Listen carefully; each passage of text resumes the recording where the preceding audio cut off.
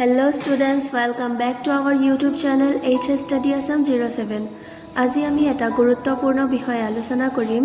তোমালোকৰ মনত বহুত দিনৰ পৰা এটা কোৱেশ্চন চলি আছে যে মেট্ৰিকৰ ৰিজাল্ট কেতিয়া দিব।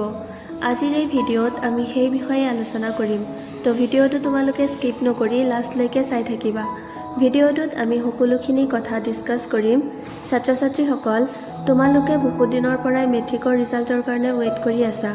ৰিজাল্ট কেতিয়া দিব সেই সম্পৰ্কে মনত বহুত প্ৰশ্ন ঘূৰি আছে। তো HSLC ৰিজাল্ট 2026 ঘোষণা কৰাৰ ফল নিশ্চয় পাবা। ৰিজাল্টৰ দিনা নেট শ্ল' হ'ব পাৰে, পেনিক নহবা।